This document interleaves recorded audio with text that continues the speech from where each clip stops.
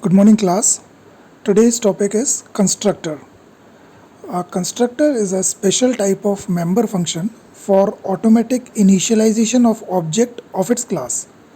So whenever we are making use of class and objects concept in C++, then by default one constructor is provided even though we are using it or not. If we are using it, then the constructor which we have defined will be utilized, and if we are not defining any constructor, then the compiler will automatically provide one default constructor. So there are basically two purposes of the constructor. First purpose is whatever objects we are creating at runtime while running the program, then the object memory is being constructed or created by the constructor. First work is to provide the memory to the objects which we are creating while running the program. And second purpose of the constructor is to initialize the variables of the objects. Now let us study what the constructor is. So first of all, the properties of constructors is it should be declared in the public section of the class. Second, they are invoked automatically when the objects are created. Third property, like the normal functions, normal functions can return any value whatever we wish, but the constructor cannot return any value. They do not have any return type, therefore they cannot be inherited through a derived class. That is, while using the inheritance, if we are having one constructor in the base class, then it will not be inherited in the derived class or the child class. Another property is it has the same name as that of the class, and it is used to initialize the variables of the object. Now let us take one sample program for the constructor. Here I have declared one class. The name of the class is my class. Then, as you all know, the bracket open, the syntax of the class is bracket open, in the last bracket close, and semicolon will be put it after the ending bracket. In between, we can write any number of variables or functions inside the class. So here we have declared one variable a, integer a, inside the my class.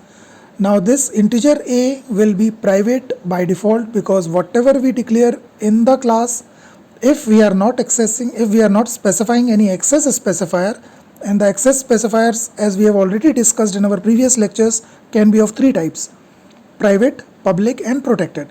So if we are not specifying any access specifier, then by default it will be private in nature. And what is the significance of this private in nature? It simply means that the private variables or functions, whatever they are present in the class, they cannot be accessed outside this class. That is, from the main we cannot access the private variables or functions. The only accessible things inside the class in the main functions are those which have been written in the public section of the class. So here we have declared one variable integer a. We have not specified any access specifier, therefore it is private in nature. It means we cannot access this variable a in the main directly. However, all the private variables and functions can be accessed by the member functions of that class. Now here we have declared one function, we have declared one constructor, my class, which is public which has been specified in the public section. So just see the property number 1 in the constructor. It should be declared in the public section of the class. First property. Second, fifth property. See the fifth property. It has the same name as the class. So here the function the constructor we have defined is my class. It is same as that of the class. Then see the property number 3. They do not have any return type. So in my class constructor, there is no return type. It can, however, contain certain arguments which can be passed here, because the constructor is also used to initialize the variables, the property number 6. So this my class constructor now come inside the my class constructor. Here we have initialized the variable a equal to 3. Now this a, which is a private variable of this class, can be accessed inside any member function or the constructor. However, this a cannot be accessed in the main function. Fine, since it is private in nature. Okay, after that we have written simply cout hello world. This will be displayed in the screen, and after that we have cout variable a. So output will be a hello world first line, and second line a is equal to 3. This will be the output of this constructor. Now in the main we have not done anything. We have simply declared one object of type my class. That's it. My class space and then the variable name. Here I have given the variable name as my obj. So this has become my object of this class, my class.